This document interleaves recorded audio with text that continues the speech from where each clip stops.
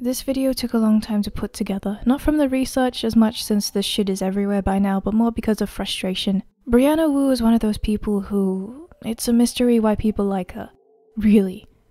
But enough of that, let me explain. So we're gonna talk about Gamergate. Gamergate, as you probably know, I suppose I should recap it anyway, was people finding out that a bunch of people in gaming media made a game journal pros list, and there was this whole thing going on about ethics in gaming journalism. People just really wanted to be able to read a game review without somebody spouting about a bunch of moral bullshit that didn't really matter. Someone not actually reviewing the game, or someone giving the game a positive or negative review depending on what everyone else said that they should do in the whole little gaming media group that they were working together with for whatever purpose. And then it suddenly became about how women are supposedly harassed out of gaming even though there wasn't really evidence for that. And there was just a whole mess of stupid shit that shouldn't have happened. And that's really the long and short of it.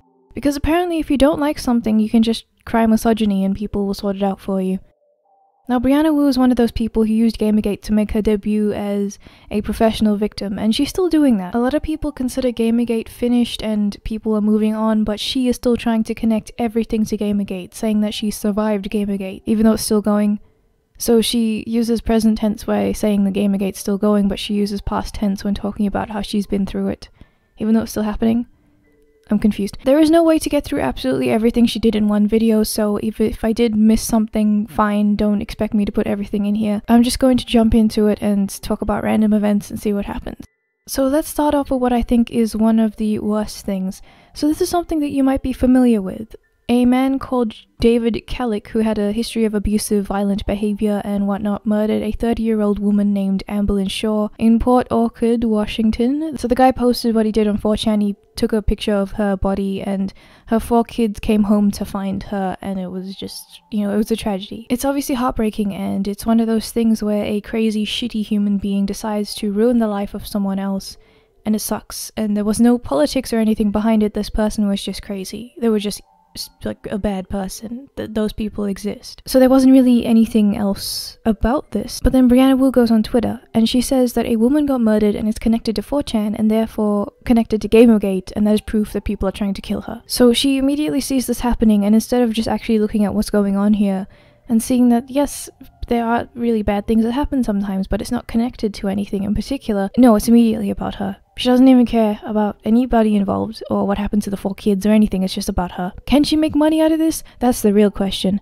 Not only is she wrong because 4chan has put a lot of effort into disassociating itself from Gamergate, and I don't see how they're trying to kill her. I honestly haven't really seen anyone actually trying to kill her. And also, for someone who talks about women having all this violence to deal with and such, she doesn't seem to have a second thought when using a woman's death for her advantage. It's all about her, and that's what's important. This is kind of an extended point to that. She keeps going on and on about how people are apparently trying to kill her because she's lifting herself up to be this weird big deal, like this weird figure that's so threatening to people, when in reality the threatening thing she does is just trying to silence people and slander people with no evidence. But keep having your illusions of grandeur, I'm sure it makes you feel good.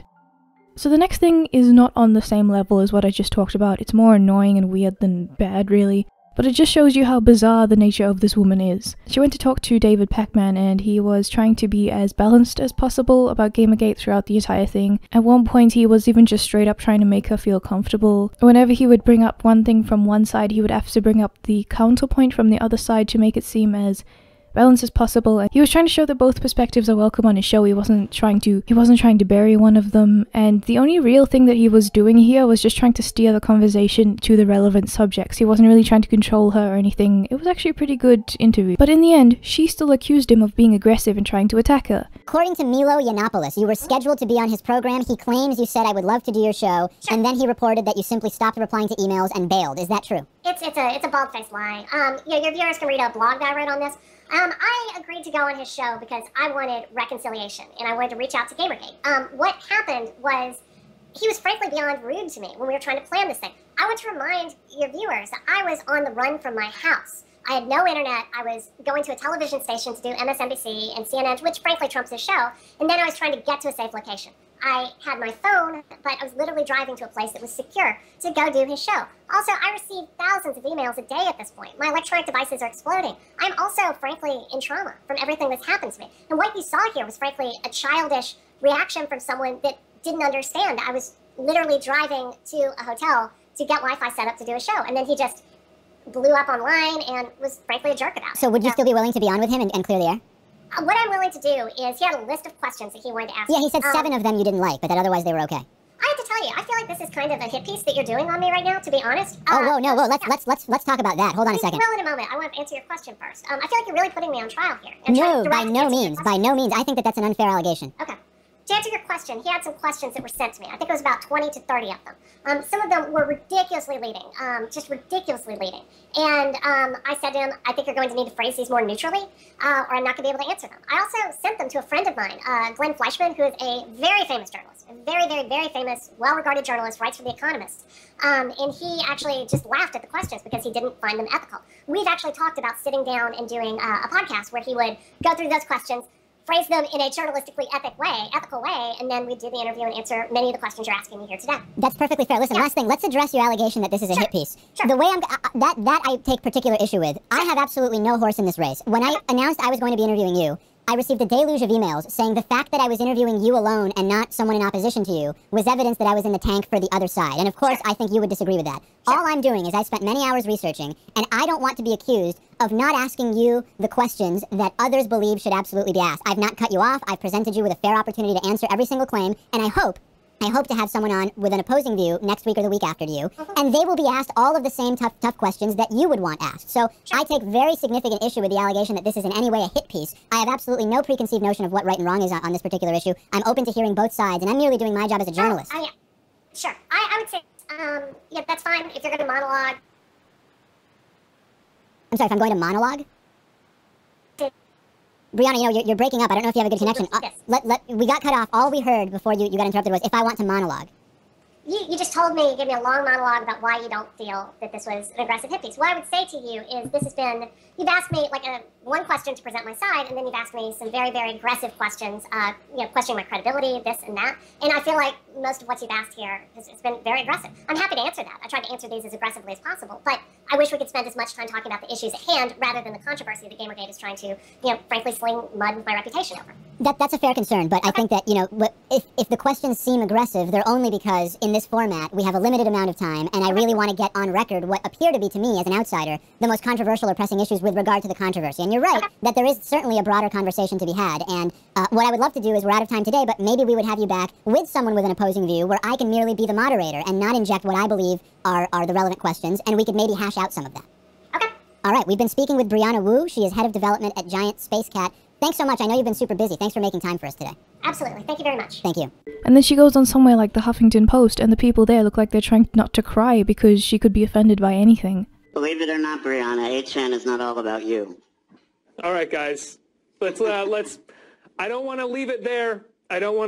Frederick. It was kind of unnecessary to do that, Brianna. I apologize for those last comments. So that's what it's like dealing with her. If she senses you disagree or she might be looking bad, she will blame you immediately. And then there's another story about Milo Yiannopoulos and her going on his show. I'll just let this play. Welcome to Radio Nero and what was supposed to be a special edition of the show with Brianna Wu, a developer who received a death threat on Twitter last week, who approached me on Sunday suggesting that we talk to bridge the divide between pro-Gamergate and anti-Gamergate supporters. Though I'm a reporter and not a member of the Gamergate movement, I felt well placed to facilitate this conversation, so I said yes. Ms. Wu originally told me that she'd made the same request to Adam Baldwin, but that he had declined her offer. This turned out to be not quite true. In fact, he had offered to meet with her the next time she was in Los Angeles. I suggested to Wu that we record a segment for my internet radio show, the one you're listening to now, Radio Nero. I told her I was prepared to pre-record the interview, to discuss any edits with her, as I had done for a previous interviewee, Damien Schubert, who was very satisfied with the result, and to discuss questions ahead of time. None of these are conventional journalistic practices, but they were an expression of good faith. I also told Wu we would need to record within the next 2 days. She agreed to these terms enthusiastically at first. I would love to do your radio show, she wrote, as I think it would be great to help calm things down. Please send me some questions ahead of time. I think you'll find, in regards to journalistic ethics, we agree on practically everything. So I wiped the schedule for the show clean, cancelling and postponing other segments. We then asked Wu 4 or perhaps 5 times to get a slot in the diary, but she didn't respond to these emails. I didn't think anything untoward was up at the time. She was, after all, at a conference and dealing with the fallout from what must have been an absolutely horrendous experience. Meanwhile, I sent over indicative questions for the interview, which I said were on the harsh side, but fairly reflected what I wanted to talk about. I didn't want to be accused of springing any gotcha questions on her, so I wrote them out all in full ahead of time. Wu marked which items she was happy to answer and which she wasn't. There were around 30 questions, and she had concerns about 7 of them. I agreed to every request she made, even though I knew listeners would be disappointed that she would not be challenged about what appeared, on the face of it, to be some questionable behaviour on her behalf. I also postponed the release date of the episode by 24 hours to give Wu more time to prepare, and to give her personal circumstances a chance to settle down after a traumatic evening. As I write this, unfortunately, Wu has postponed talking or simply not replied to our emails for the 3rd or perhaps the 4th time. I do not now believe she ever had any intention of fulfilling the commitment she made to us. I'm left with no option but to cancel this week's show, since there's no longer time to book guests, record, produce, or release an episode this week. This is a pity because this episode was a chance for me, a reporter sympathetic to the objectives of Gamergate, to have a detailed, honest conversation with a critic and a victim of the sort of online harassment Gamergate's been accused of. My hope was that this could be a moment of convergence and understanding that would lead to a new, calmer chapter in the relations between prominent female developers, some of whom have received disgusting threats on the internet, and Gamergate supporters who've been blamed for those threats, often in the absence of any evidence that they were responsible for them. Putting together a weekly show of 90 minutes takes a huge amount of preparation. It's also not free, so we'll have to cover the production costs, the technical costs, and we'll also lose the booked advertising revenue for this show. Plus, I personally invested time in preparing for the interview, which is at a premium at the moment as I finish my first book, fulfill daily column commitments, and record a documentary. But truthfully, the time and money aren't the real issue here. I'm deeply disappointed, and if I'm honest, quite angry, that I was taken for a ride. My team was messed around, as so many people warned us that we would be. And I should have listened to them, and I should have known that the constant promises that we will do this and it will happen were going to amount to nothing. Having seen Wu's appearance this evening on MSNBC on the Reid Report, it's clear to me that she has no interest in building bridges or smoothing down tensions, and in fact sought on national television in the United States to inflame those tensions and to wrongly paint Gamergate as a conspiracy against women. In her words, literally a war.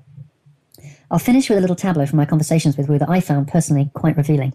It's from a private email, but given Wu's slipperiness and how angry we feel about the way we've been fobbed off, I feel released from any obligation to keep our correspondence confidential. In any case, the emails were not marked as off the record.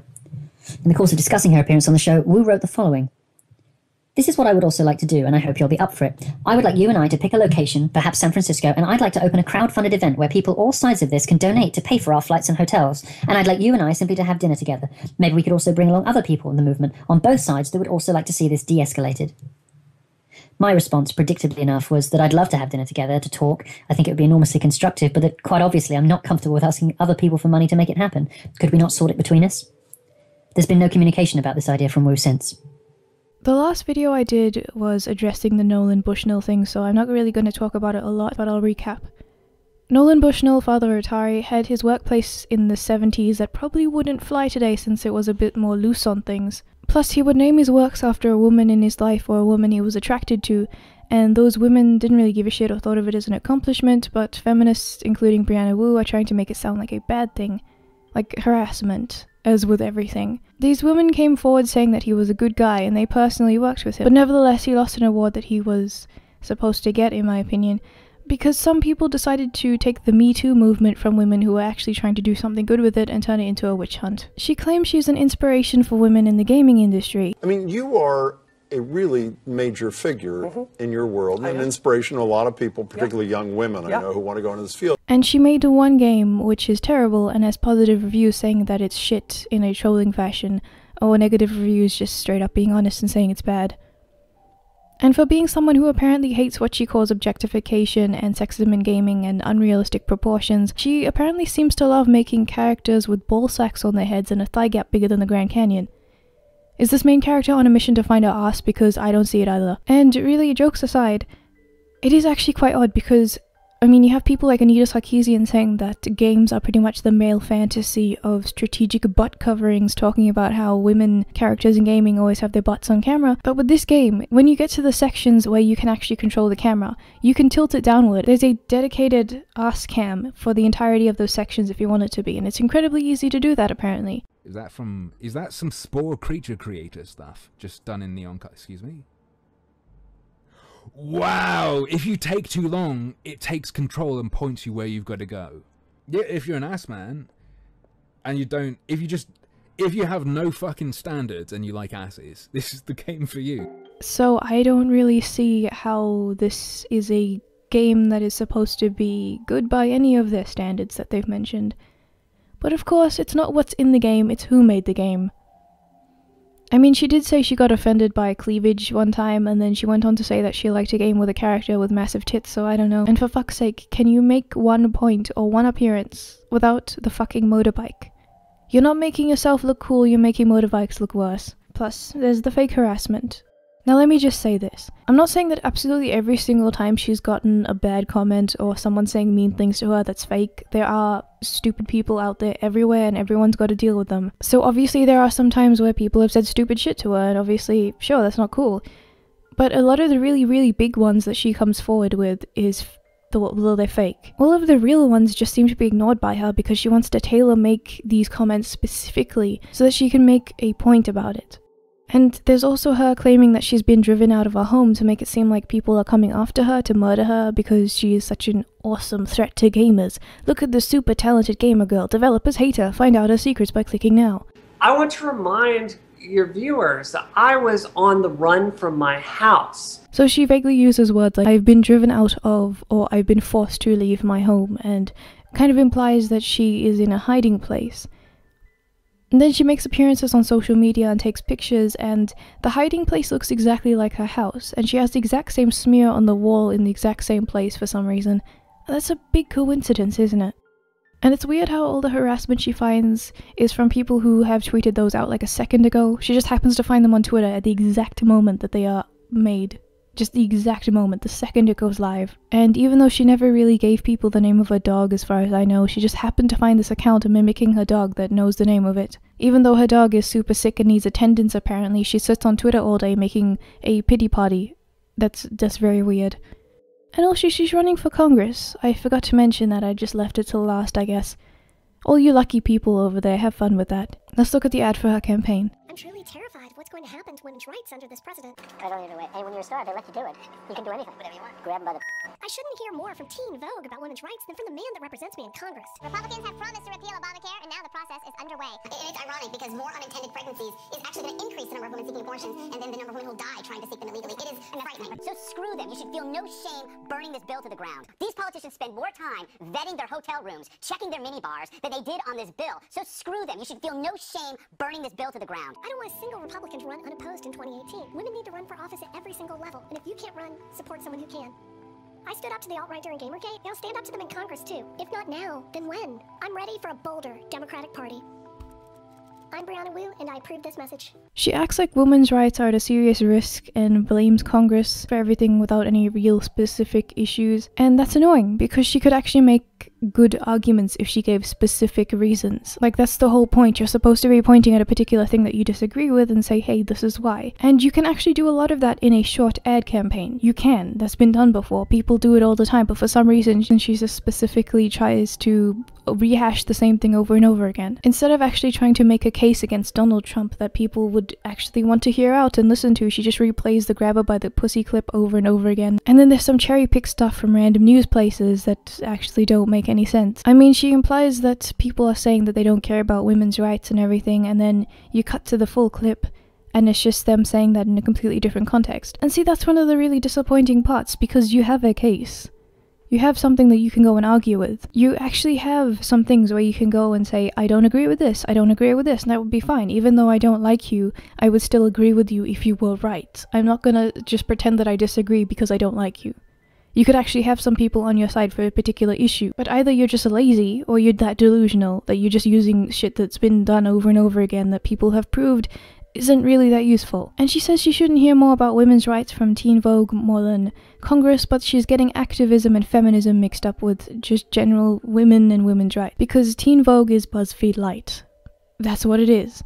She also claims she's focusing on the Republicans, even though shouldn't she really be focusing on the Democrats, because she's kind of competing against them? I don't know. And she said that she survived the alt-right during Gamergate, and she'll do it again.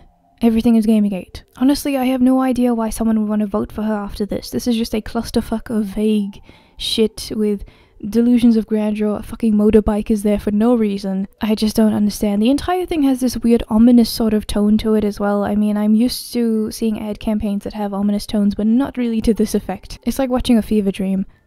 Okay, so we're almost done here. Let's quickly talk about her fans. One of her fans printed out a tweet and stuck it to the bathroom mirror for their child to see every day because that's inspirational. That poor child. And she gets some culty emails from people confessing their sins about liking Gamergate beforehand and seeing the light. They are culty. You guys have seen my videos on Jonestown. I am researching cults down to the detail, and I think I know culty when I see it. This is culty. But really, that's the end of my commentary on this, and I'm just going to leave you with some choice tweets that I haven't really had much to say about and just presenting them in their full glory, so you can decide what you think.